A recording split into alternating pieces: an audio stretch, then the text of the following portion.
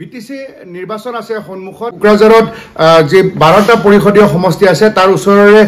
চিৰাং জিলা আছে চিৰাং জিলাত 7টা সমষ্টি আছে আৰু তাৰ ওচৰতে বাক্সা জিলাত তাতো 5টা সমষ্টি আছে আৰু তাৰ ওচৰতে তামুলপুৰ জিলাত 6টা সমষ্টি আছে তাত 30টা হৈ গল আৰু তাৰ পিছতে উদালগুৰি জিলাত 10টা সমষ্টি আছে সেকেন্ড লাৰ্জেষ্ট ডিস্ট্ৰিক্ট বুলি ক'ব লাগিব পৰিষদীয় সমষ্টি ফালৰ পৰা গতিকে এই 40টা সমষ্টি একেবাৰে গুছাইগাঁও হিফালৰ পৰা আৰম্ভ হৈ আপোনাৰ ঢেকিয়াজুলিৰ ওচৰলৈকে মাছবাট বিধানসভা সমষ্টিলৈকে 40টা পৰিষদীয় সমষ্টিত নিৰ্বাচনী যুঁজ হ'ব বিটিসি বিটিআৰ আৰু বিটিএডি নিৰ্বাচন গতিকে ইয়াৰ বাবে চলিত মাহতে অধিসূচনা জাৰি হ'ব আৰু আমি গোটেই অঞ্চলৰ পৰা আমাৰ ভিউৱাৰ্ছক আমি জনাব বিচাৰিছো গ্ৰাউণ্ড জিৰ' ৰিপৰ্ট আৰু এই মুহূৰ্তত উদালগুৰি সমষ্টিৰ যি 10টা পৰিষদীয় সমষ্টি আছে আটাইবোৰ সমষ্টিয়ে আমি ঘূৰিছো আৰু ইয়াৰ পৰা আমি গ্ৰাউণ্ড জিৰ' ৰিপৰ্ট লৈছো এই মুহূৰ্তত গোটেইখিনি কথা পাতিবৰ কাৰণে আমাৰ লগত উপস্থিত আছে ৰাজ্যসভাৰ প্ৰাক্তন সাংসদ তথা সংখ্যালঘু মৰ্চাৰ বিজেপিৰ তেখেত সভাপতি শান্তিয়াছ কুজুৰ ডাঙৰ নমস্কাৰ নমস্কাৰ হয় আপুনি প্ৰথমতে কৈছিল যে আপুনি সভাপতি হৈছে যেটো সংখ্যালঘু মৰ্চাৰ মাইনৰিটি মৰ্চাৰ প্ৰেসিডেন্ট আপোনাক কংগ্ৰেচুলেশ্যন জনাইছো ধন্যবাদ কি ক'ব নতুন দায়িত্ব আপুনি আছিলে কন্টিনিউ হৈ গ'ল কি ক'ব যোৱা 4টা বছৰ মই ৰাজ্যিক সভাপতি হিচাপে আছিলোঁ আৰু ভৱেশদাৰ কমিটিত আৰু এতিয়া আকৌ দিলীপ দাই পুনৰ সংখ্যালঘু মৰ্চাৰ সভাপতি হিচাপে মোক দায়িত্ব অৰ্পণ কৰিছে পুনৰ মই দায়িত্ব পাই মই উৎফুল্লিত মৰ্চাৰ সভাপতি হিচাপে কাম কৰাৰ সুযোগ পাইছোঁ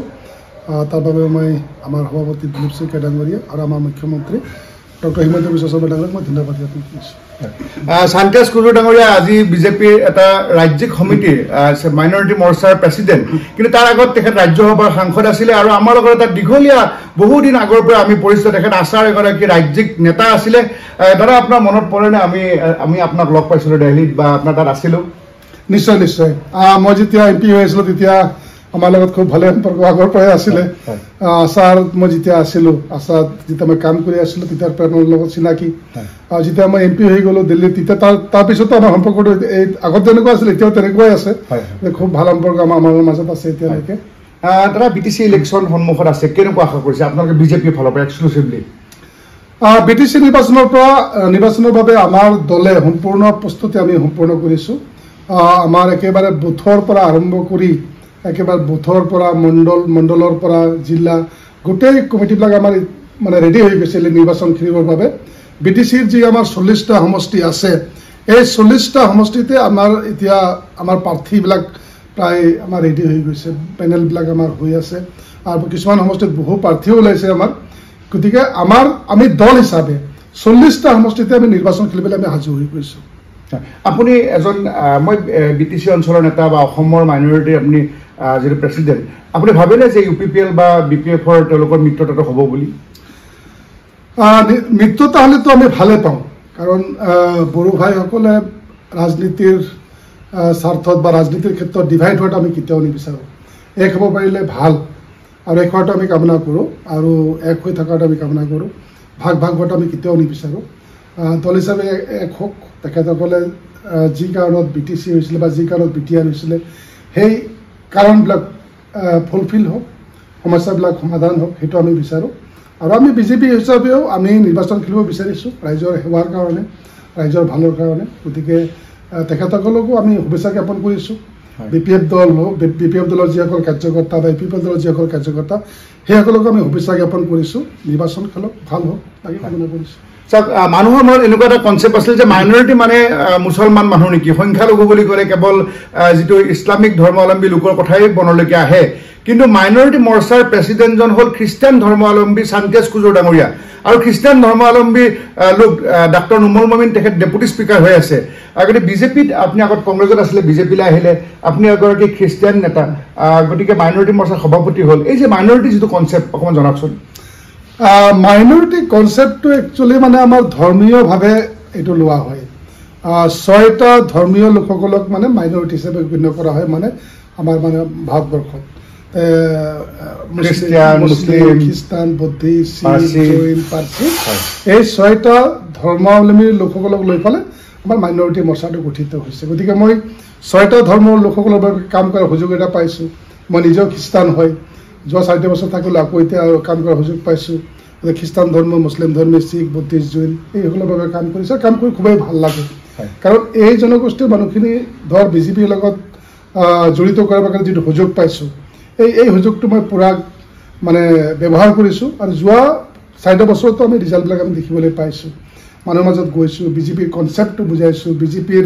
উদ্দেশ্য আমি বুজাইছোঁ বিজেপি কি হয় সেইটো বুজাইছোঁ গতিকে মানুহখিনি বুজি পাইছে আৰু এতিয়া যথেষ্ট মানুহখিনি মানে বিজেপিমুখী হৈছে আৰু বিজেপিক ভোট দিয়া আৰম্ভ কৰিছে তাৰ ৰিজাল্ট আমি যোৱা পঞ্চায়ত নিৰ্বাচনত পাইছোঁ তাৰ আগতে আমি লোকসভা নিৰ্বাচনত পাইছোঁ যোৱা আপুনি বিশ্বাস নকৰিব যোৱা পঞ্চায়ত নিৰ্বাচনত আমি 6জনকৈ জিলা পৰিষদৰ সদস্য আমি জিকাইছোঁ মাইনৰিটি সম্প্ৰদায়ৰ 2জন খ্ৰীষ্টান 4জন মুছলিম আৰু যিকেইজন মুছলিম জিকিছে সেই মুছলিম সমষ্টিবিলাকত 90% ভোট মানে মুছলিম ভোট য'ত কোৱা যায় নেকি যে মুছলিমবিলাকে বিজেপিক ভোট নিদিয়ে কিন্তু য'ত 90% য'ত মানে 80,000 90,000 ভোট আছে সেই ভোট থকা সমষ্টিবিলাকতো বিজেপিয়ে চিম্বলত জিকিছে মাইনৰিটি সম্প্ৰদায়ৰ ল'ৰা জিকিছে জিকিছে গতিকে লাহে লাহে এতিয়া মাইনৰিটি সম্প্ৰদায়ৰ খ্ৰীষ্টানেই হওক বা মুছলিমেই হওক মানে বুজি পোৱা হৈছে আৰু মোদীজীৰ যি উদ্দেশ্য বা আমাৰ মুখ্যমন্ত্ৰী ডক্টৰ হিমন্ত বিশ্ব শৰ্মাৰ যি কাম কাজ যিটো উন্নয়ন চাইছে তেখেতসকলে যে সকলোৰে বাবে কাম কৰি আছে কোনো জাতি কোনো ধৰ্মক চোৱা নাই সকলোৰে উন্নতি হ'ব লাগে সকলো অঞ্চলতে উন্নতি হ'ব লাগে সকলো সম্প্ৰদায়ৰ উন্নতি হ'ব লাগে এই কথাখিনি মানুহে বুজি পাইছে যাৰ ফলত আমি এতিয়া মানে এই মানুহখিনিক মানে বিজেপিৰ ওচৰ চাবলৈ আমি সক্ষম হৈছোঁ আৰু ভোট দিয়াবলৈ আমি সক্ষম হৈছোঁ খালিংদৰলৈ মুখ্যমন্ত্ৰী আহিছিলে এতিয়া প্ৰধানমন্ত্ৰী ডাঙৰীয়া মঙলদৈলৈ আহি আছে তাৰ প্ৰভাৱো নিশ্চয় BTC ইলেকশ্যনত পৰিব নিশ্চয় পৰিব অহা 8 তাৰিখে মোদীজী মঙলদৈলৈ আহি আছে আমাৰ ভালেকেইখন প্ৰজেক্ট সেইদিনাখন আমাৰ ফাউণ্ডেশ্যন লে কৰিব আমাৰ মেডিকেল কলেজৰ পৰা আৰম্ভ কৰি ৰিং ৰোডৰ পৰা আৰম্ভ কৰি গতিকে সেই সময়ত আকৌ BTC নিৰ্বাচন পূৰ্ণদমে চলি থাকিব গতিকে আমি ভাবোঁ মোদীজী অহাৰ লগে লগে আৰু এটা বেলেগ এটা পৰিৱেশ সৃষ্টি হ'ব মানে বিশেষভাৱে আমাৰ ওদালগুৰি তামোলপুৰ এই অঞ্চলত মানে মোদীজীৰ যি মেছেজ লৈ আহিব উন্নয়নৰ যি বাৰ্তা লৈ আহিব ভাল এটা প্ৰভাৱ পৰিব আৰু আমি যোৱাকালি আমি মিটিং কৰিছোঁ মঙলদৈত আমাৰ ওদালগুৰিৰ পৰা মানুহ যাব তামোলপুৰৰ পৰা মানুহ যাব সেই সভালৈকে গতিকে ভাল এটা পৰিৱেশ হ'ব আৰু আমি ভাবোঁ যে মোদীজীৰ আগমনে BTC নিৰ্বাচনৰ ক্ষেত্ৰতো বহুত আমাক সহায় কৰিব নিৰ্বাচন জিকাৰ ক্ষেত্ৰত আপোনাৰ লগত কথা পাতি থাকিলে বহুত দীঘলীয়া হ'ব তথাপিও আৰু আপোনাৰ পৰা সময় নলওঁ পিছত লগ পালে কথা পাতিম ৰাজ্যসভাৰ অভিজ্ঞতা বা BTCত চৰকাৰ পৰিষদ CM কোন হ'ব এইবোৰ কথা পিছত পাতিম আৰু দাদাৰ বিষয়ে এটা কথা কওঁ দাদা ননৈ চেৰফাঙৰ পৰা MCLA জিকিছিলে আৰু তাৰপিছত EM আছিলে আগতে যথেষ্ট এক্সপিৰিয়েঞ্চ তেখেতে আচাৰ আছিলে কেন্দ্ৰীয় নেতৃত্বত আছিলে তাৰপিছত আপোনাৰ তেখেতে কংগ্ৰেছত যোগদান কৰিছিলে MCLA হৈছিলে ননৈ চেৰফাঙৰ পৰা তাৰপিছত EM হ'ল EMৰ ভেটেনাৰীৰ পৰা ফিচাৰীৰ পৰা কেইবাটাও ডিপাৰ্টমেণ্টত তাৰপিছত তেখেতে ৰাজ্যসভালৈ গ'ল ৰাজ্যসভাৰ পৰা আহি এতিয়া মাইনৰিটি মৰ্চাত তেখেতে সভাপতি হৈ আছে গতিকে এনেধৰণৰ দায়িত্বৰে তেখেতে আগুৱাই গৈছে আজি আমি ওদালগুৰি জিলাৰ যি 10টা পৰিষদীয় সমষ্টি আছে গতিকে ইয়াৰ বিভিন্ন সমষ্টিত আমি গ্ৰাউণ্ড জিৰ' ৰিপৰ্ট আহৰণ কৰিছোঁ এই মুহূৰ্তত শান্তি দাদাক লগ পালোঁ এইখিনি সময় দিলে দাদা আপোনাক ধন্যবাদ জনাইছোঁ ধন্যবাদ